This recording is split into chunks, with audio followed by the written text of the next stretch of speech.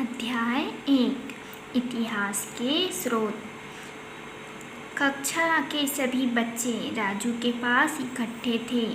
राजू उन्हें बता रहा था कि महारानी लक्ष्मीबाई की तलवार कितनी भारी थी और ढाल कितनी बड़ी थी।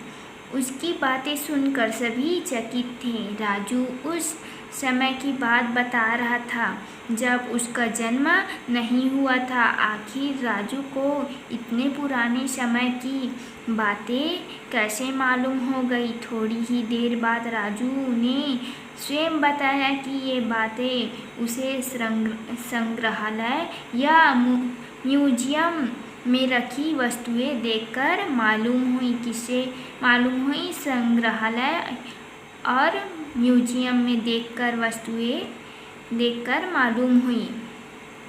तभी गुरुजी ने कक्षा में आए हर्ष ने उससे पूछा कि हम इतने पुराने समय की बातें कैसे जान लेते हैं। अर्थात उसने इतिहास जानने के तरीकों के बारे में पूछा। गुरुजी बताने लगे।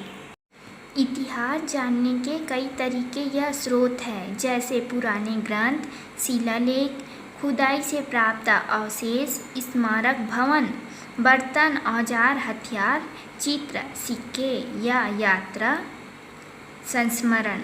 गुरुजी को लगा कि बात को और सरल करने की ज़रूरत है, इसलिए उन्होंने समझाया, देखो तुम्हारे घर या आसपास के में कुछ चीज़ें या पुराने ज़माने के भवन होंगे, उनके बारे में पता लगाओ, वे कितने पुराने हैं।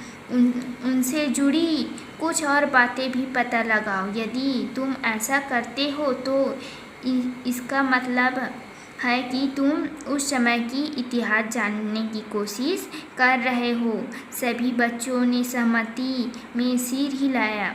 राधा ने खड़ा होकर कहा, गुरुजी, अभी आपने इतिहास जानने के बहुत से तरीके बताए, उनके बारे में विस्तार से समझाइए। गुरुजी ने बतलाया, देखो राधा, बहुत पहले लोग लिखना पढ़ना तो जानते नहीं थे, इसलिए वे चित्र बनाकर अपनी बातें कहते थे। तुमने छत्तीसगढ़ के रायगढ़ जिले में स्थित काबरा पहाड़ी और सिंगरपुर के गुफाओं के बारे में सुना होगा।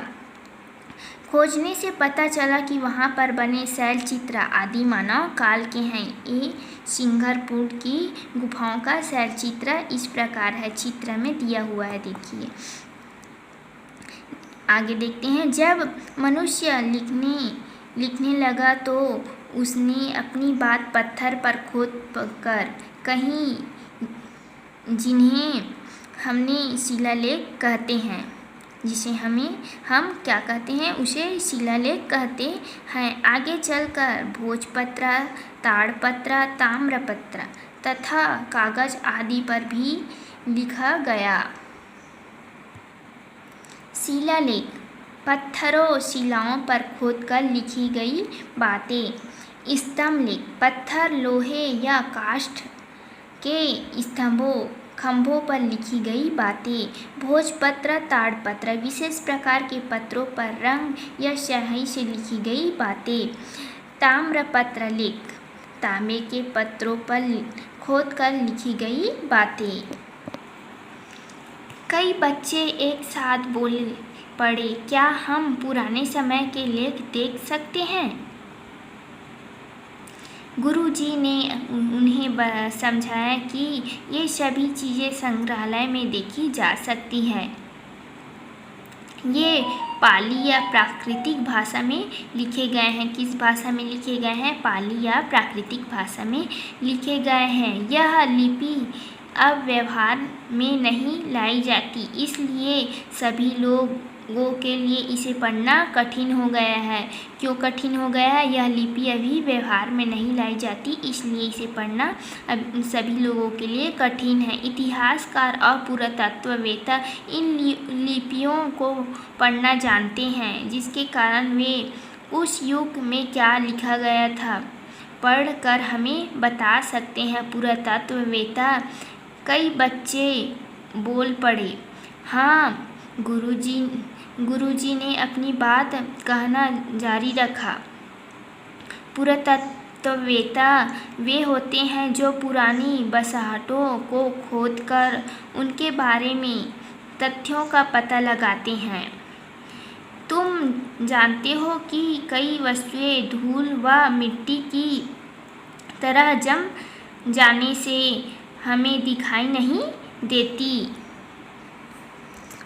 इसी प्रकार कई पुराने भवन, नगर या वस्तुएं भी बाढ़, आंधी, तूफान या भूकंप के कारण मिट्टी में दब जाती है। पुरातत्ववेत्ता उन्हें खोजकर या खोदकर फिर से दुनिया को उनके बारे में बताते हैं।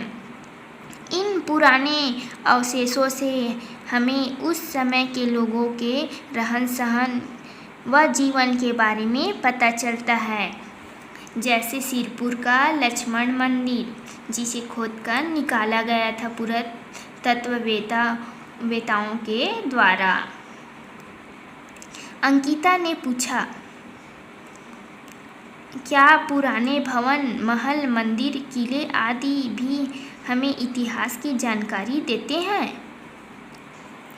गुरुजी ने बताया कि ये सब अपने समय की घटनाओं के जीते जागते प्रमाण होते हैं। पुराने भवन हमको उस समय की भवन निर्माण कला की जानकारी देते हैं। इसी प्रकार पुराने सिक्के, औजार, बर्तन, आभूषण और अन्य वस्तुओं से भी हम इस समय के लोगों के बारे में बहुत कुछ जान सकते हैं। गुरुजी ने बताते जा रहे थे कि पुराने ग्रंथों से भी हमें उस समय के समाज, नगरों, रीति रिवाजों की बहुत जानकारी मिलती है। सपना ने कहा, जैसे रामायण, महाभारत, कुरान, गीता, बाइबिल आदि। गुरुजी ने कहा और आगे बताया, जैसे हम कहीं से घूम कर आते हैं तो सबको उन जगहों के बारे में और वहाँ के लोगों के बारे में बताते हैं, वैसे ही बहुत पहले कुछ विदेशी यात्रियों ने कई देशों की यात्रा की थी। उनके द्वारा लिखे गए यात्रा वर्णनों से उस देश के बारे में उस समय की काफ़ी जानकारी मिलती है। मोनू ने बताया कि उसने रायपुर के महता घासीदास संग्रहालय में बिलासपुर जिले के किरारी गांव से प्राप्त काष्ठ स्तंभ लेख को देखा। कौन से लेख को देखा? काष्ठ स्तंभ लेख को देखा। गुरुजी ने समझाया कि कई प्राचीन वस्तुएं भी हमें इतिहास की जानकारी देते हैं। जैसे घरों में कैसे बर्तन काम में लाए जाते हैं, बाल संवारने के कंघे कैसे होते थे, पहनावा कैसा होता था, क्या क्या भोजन करते थे और उस समय किन किन देवी देवताओं की पूजा की जाती थी आदि। इसके अलावा इतिहास हमें उस समय की राजा महाराजाओं और छोटे बड़े सभी लोगों की जानकारी देता है। स्वाति ने एक बहुत ही अच्छी प्रश्न किया, हम इतिहास का अध्ययन क्यों करें? गुरुजी ने सभी को समझाया कि हमें यह मालूम होना बहुत ज़रूरी है कि हम पहले क्या थे। वर्तमान को समझने के लिए भूतकाल की जानकारी होना ज़रूरी है। इतिहास बड़ा ही रोचक और रोमांचक होता है। यह हमारे विकास की कहानी है। हम अपनी सभ्यता और संस्कृति के बारे में बहुत कुछ इतिहास पढ़कर ही जान सकते हैं। हम समझ सकते हैं कि हमारी आज की उन्नति के पीछे हमारा लंबा और महान अतीत छुपा हुआ है, जो हमें लगातार आगे बढ़ने में मदद दे सकती है।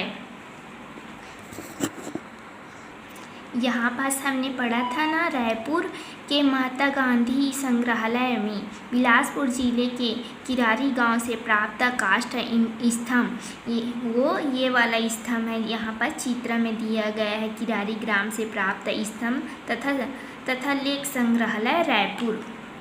और सिक्का, पुराने सिक्के की मुद्राएं पहले ज़माने में इस प्रकार से होती थी, जिसे खोदकर मिला है। और ये सभी पुराने ज़माने में से जो प्राप्त खुदाई से प्राप्त हुए वस्तुएं, पुराने ज़माने में जो थी ना, उसकी सभी खुदाई से प्राप्त किए गए वस्तुएं हैं।